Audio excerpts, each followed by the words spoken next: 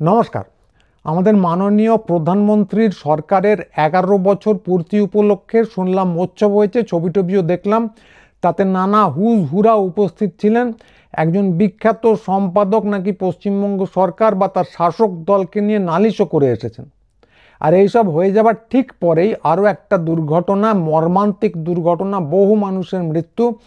এতদিন ট্রেনে হচ্ছিল, এবার এই দুর্ঘটনা শুরু হলো আকাশপথেও। তো এইটাকেই আমরা বলতে পারি যে এই 11 বছরের প্রকৃত রূপ, প্রতীকী অর্থে যদিও, যেখানে আমরা রেল থেকে আকাশ পর্যন্ত সর্বত্রই দেখতে পাচ্ছি সাফল্য। তো এখানে কেউ প্রশ্ন করতেই পারেন যে প্লেনটা তো ছিল টাটার, এয়ার ইন্ডিয়া, এখন টাটার সরকার কি করবে? তা কথা হলো যে ওইটাই সাফল্য। এয়ার ইন্ডিয়া, টাটার, বন্দর আদানির সমস্ত কিছু বেচে দিয়ে কিভাবে সমস্ত কিছু লাটে তুলে দেওয়া হচ্ছে, এটাই তার প্রকৃষ্ট প্রমাণ। বেচুবাবু সরকার কিভাবে তার নীতি দিয়ে গোটা দেশকে ধ্বংস করছে, এটাই তার প্রকৃষ্ট প্রমাণ। বেসরকারি হলেই পরিষেবা ভালো হবে, বলা হতো বেসরকারি হলেই পরিষেবা ভালো হবে। এটাই শাইনিং ইন্ডিয়ার নীতি, প্রায় ঘোষিতই বলা যায়। এবং তাতে বিশেষ করে মধ্যবিত্তরা অনেকেই ভয়ঙ্কর নেচেছেন যে সব কিছু ঝকঝক করবে, চকচক করবে, কি আনন্দ আকাশে বাতাসে। এবার এখন যদি এই নীতিটাই মুখ থুবড়ে পড়ে, বিপর্যয় ডেকে আনে, তখন আমি তো বাপু কিছু জানি না এই কথাটা তো বললে হবে না। তা আমি কিছু বললে একেবারেই হবে না, কারণ দায়িত্বটা পুরোটাই টাটার, পুরোটাই সরকারের। কারণ আকাশপথে যদি ধরেন তো প্লেন ওড়ায় টাটা, তো তাদেরকে এই দায়িত্ব কে তুলে দিয়েছে? সরকার তুলে দিয়েছে। এয়ার ইন্ডিয়া তাদের হাতে তুলে দেওয়া হয়েছে অনেক দিন আগে। এবার টাটার ওয়েবসাইটে গিয়ে যদি দেখেন, দেখবেন একদম ঝকঝক করছে, যেন পৃথিবী সম্পূর্ণ বদলে গেছে। এবং ঠিক যেন বড় বড় এয়ারলাইন্স, এমিরেটস বা কাতার এদের সঙ্গে পাল্লা দিচ্ছে। দেখলেই একটা শ্রদ্ধা ভক্তি হয়, ঝকঝক চকচক করছে সমস্ত। কিন্তু যারা প্রকৃতভাবে যাতায়াত করেন এয়ার ইন্ডিয়ায়, সেই ভুক্তভোগী মাত্রই জানেন যে পরিষেবার কি অবস্থা করা হয়েছে তিলে তিলে। প্লেন ঠিক সময়ে ওড়ে না, আগে ছিল ট্রেনে, এখন ওটা প্লেনেও হয়েছে। ঠিক সময়ে না ওড়াটাই হচ্ছে এখন নিয়ম। খাবার সরবরাহেও একইভাবে নিয়মিতভাবে গোলমাল হয়। কেন দেরি হচ্ছে, কেন সরবরাহে দেরি হচ্ছে, উত্তর খোঁজার লোক নেই। যদি ইন্টারন্যাশনাল ট্রাভেল হয়, আপনাকে হোটেল দেওয়ার কথা যদি দেরি হয়, সেসবেও গড়িমসি যদি কোনো রকমে কাটিয়ে দেওয়া যায়, ঠিক যেন ওই ব্যবসায়ীদের চক্কর। তো এইভাবে পরিষেবা তিলে তিলে ধ্বংস করা হচ্ছে। শুনতে পাই, আমি নির্দিষ্ট সঠিকভাবে জানি না, শুনতে পাই স্টাফ ছাঁটাই করা হচ্ছে খুব বড় মাত্রায়। এবং এইসব নিয়ে একটাও প্রশ্ন কোনো ফোরামে যদি করা হয়, তখনই বলা হয় যে নতুন প্লেন আসছে, কিছু তো সময় লাগবে, কিছুদিনের মধ্যেই অবস্থা ফিরবে। এই করে বছরের পর বছর কেটে গেল, অবস্থা কবে ফিরবে জানি না। এরকম আরও কিছু দুর্ঘটনা ঘটলে ওয়েবসাইট বানানো আগে, প্রফিট করা আগে, না যাত্রী সুরক্ষা আগে? এই প্রশ্নটা কিন্তু করার সময় এসে গেছে। তো এইটা গেল এয়ার ইন্ডিয়ার কথা, উড়ানের কথা। এবার যদি বিমানবন্দর দেখেন, দেখবেন যে আহমেদাবাদ বিমানবন্দর, সেটা যেখানে দুর্ঘটনা ঘটেছে, সেটাও কিন্তু সরকারি হাতে নয়। কার হাতে? আমাদের প্রিয় পরিচিত একটি নাম, আদানির হাতে। এবং শুধু একটা এয়ারপোর্ট নয়, ভারতবর্ষের মোট 6টা এয়ারপোর্ট তাদের হাতে, আরও একটা আসতে চলেছে। এবং তাদের বিজ্ঞাপনও কিন্তু দুর্ধর্ষ, দেখলেই শ্রদ্ধাভক্তি হয়। শাইনিং ইন্ডিয়ার রাজত্ব চলে এসেছে মনে হয়, দেখলেই মনে হয় কি বিরাট এই কোম্পানি তো নয়, যেন একটা সাম্রাজ্য। গোটা ভারতই প্রায় দখল, এবার সিংহাসনটা শুধু নিয়ে নিলেই হয়। তো দেখুন ছোট্ট করে সেই বিজ্ঞাপনটা।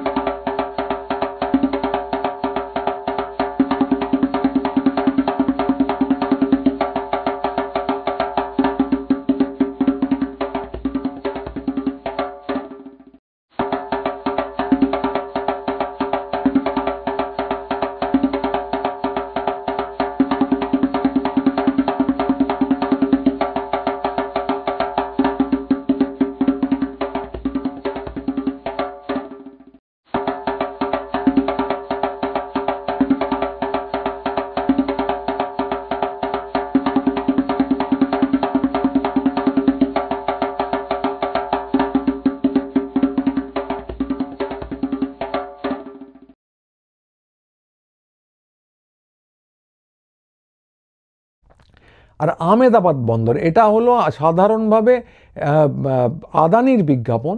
আমেদাবাদ বন্দরে ঠিক কি আছে দেখবেন যে প্রথমেই যদি বিজ্ঞাপনটা দেখেন, প্রথমেই উপহাসের মতো লেখা আছে ট্রাভেল সেফ, তারপরে অজস্র সুবিধে, ঝকঝকে শাইনিং সুবিধে, এমনি এমনি নয়। দেখুন,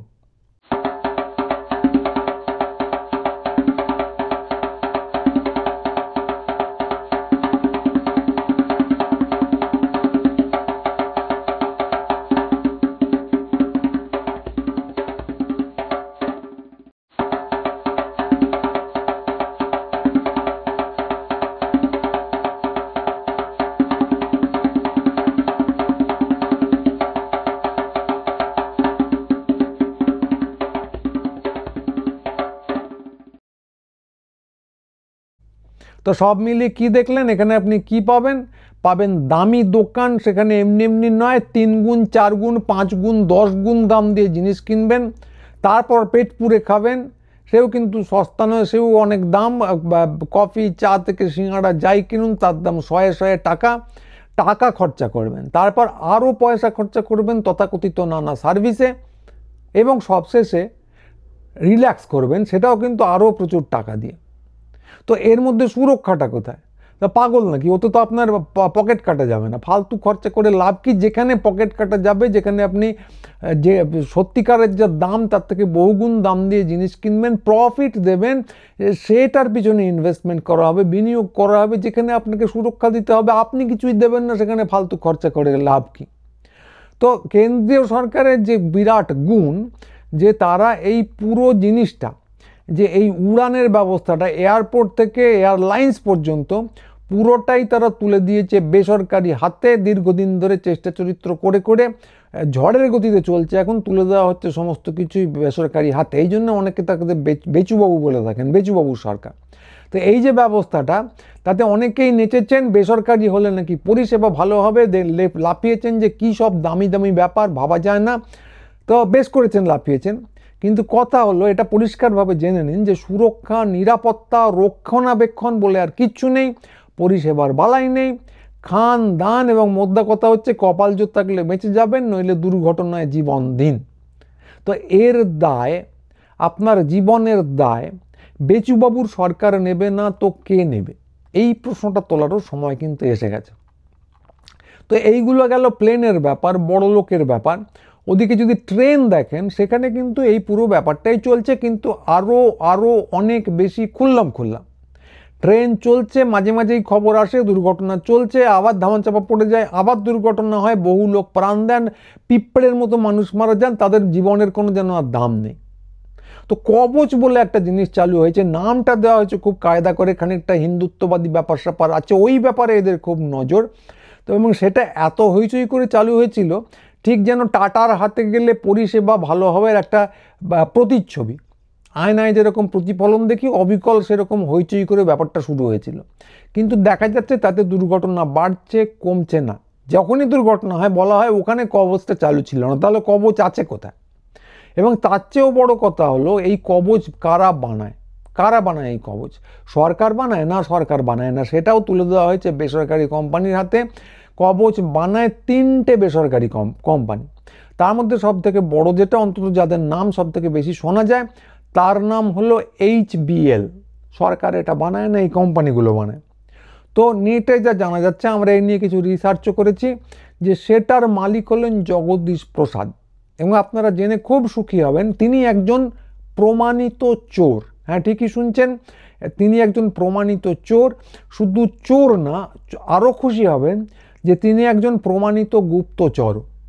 এটা কি করে বলছি না, আমেরিকায় বসে তিনি রিসার্চ করতে গিয়েছিলেন বা কাজ করতে গিয়েছিলেন কিছু একটা, তিনি সেই রিসার্চের জিনিসপত্র চুরি করে গুপ্তচর চক্র চালিয়ে বিদেশে বেচতেন, এরকম একটা অভিযোগ এসেছিল। সেই অভিযোগে তদন্ত হয়, তাকে গ্রেপ্তার করা হয়, তিনি অপরাধ স্বীকার করেন এবং জেল খাটেন। জেল কেটে দেশে ফেরত আসেন। জেল খাটাটা যদিও তা বিচারাধীন অবস্থায় তিনি যে পরিমাণ জেল কেটেছিলেন তার মধ্যেই বোধহয় কাভার্ড হয়ে যায়, এরকম কিছু একটা হয়। কিন্তু অপরাধ যে প্রমাণিত হয়েছিল এই নিয়ে কোনো দ্বিমত নেই।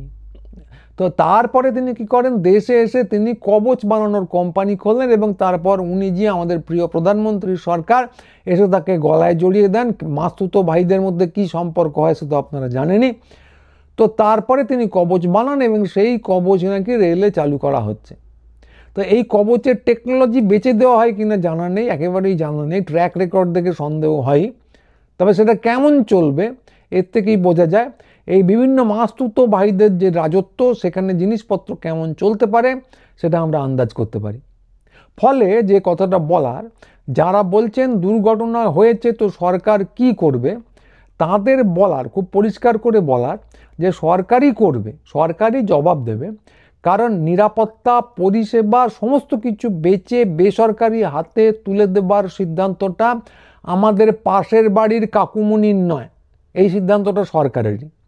এবং এখন দেখা যাচ্ছে যে বেসরকারি হলে পরিষেবা ভালো হচ্ছে তা না, দুর্ঘটনা ভালো হচ্ছে, মানুষের মৃত্যু ভালো হচ্ছে, মর্মান্তিক ব্যাপার স্যাপারগুলো অনেক বেশি পরিমাণে হচ্ছে। তো তার দায়িত্ব সরকার নেবে না তো কে নেবে? আমাদের পাশের বাড়ির রুনু কাকা নেবে? নেবে না। এই প্রশ্ন তোলার সময় হয়ে গেছে। আর যারা 19জির 11 বছরের এই সরকারের বর্ষপূর্তিতে ভীষণ উদ্বাহু, নেচে গেয়ে অস্থির হয়ে যাচ্ছেন, তারা কিন্তু এই কথাটা একটু ভেবে দেখতে পারেন। ট্রেনে কিন্তু শুধু গরিব লোক চড়ে না, প্লেনে তো গরিব লোক একেবারেই চড়ে না। এবং আপনি যদি ভ্রমণ করে থাকেন তো নিশ্চিন্তে বলতে পারি ইতিমধ্যেই পরিষেবার দুর্ভোগে পড়েছেন এবং নিশ্চয়ই আপনার পকেট কাটা গেছে, বিভিন্ন জায়গায় কি জিনিসপত্র কিনে খেতে গিয়ে, পরিষেবা নিতে গিয়ে দুর্ভোগে তো পড়েছেন। দুর্ভোগ এত বেশি পরিমাণে যে না পড়ার কোনো কারণ নেই। ফলে নিশ্চিতভাবেই বলা যায় আপনি পরিষেবার দুর্ভোগে পড়েছেন। এবং তারপরেও আপনি ভাবছেন চকচকে জিনিসই ভালো, আপনি তাই নিজেকে নিয়ে উলুত পুলুত, অন্য কোনো ইকুয়েশনও থাকতে পারে, সেগুলোর মধ্যে এখানে ঢুকছি না। কিন্তু আপনার জীবনই যদি যায়, জীবনই যদি চলে যায়, সেটাই যদি ঝুঁকির মধ্যে থাকে, তখন ভেবে দেখবেন উলুত পুলুত আর হবেন কি করে। এই নিয়ে একটা চমৎকার প্রবাদ আছে, মুন্ডু গেলে খাবোটা কি। তা আপনাকেও সেই প্রশ্নটাই করতে হবে নিজেকে, যে উলুত পুলুত হচ্ছেন বেশ, কিন্তু মুন্ডুটাই যদি চলে যায় তাহলে খাবেন কি। তো এই হচ্ছে আজকের বক্তব্য। কবচ নিয়ে যে কতগুলো বললাম সেই নিয়ে আমরা একটা অনুষ্ঠানও করেছিলাম, পুরনো জিনিস দেখতে পারেন, এটা লেখাও আছে সূত্র টুত্র দিয়ে, সেটা লিঙ্ক ডেসক্রিপশনে দিয়ে দেবো।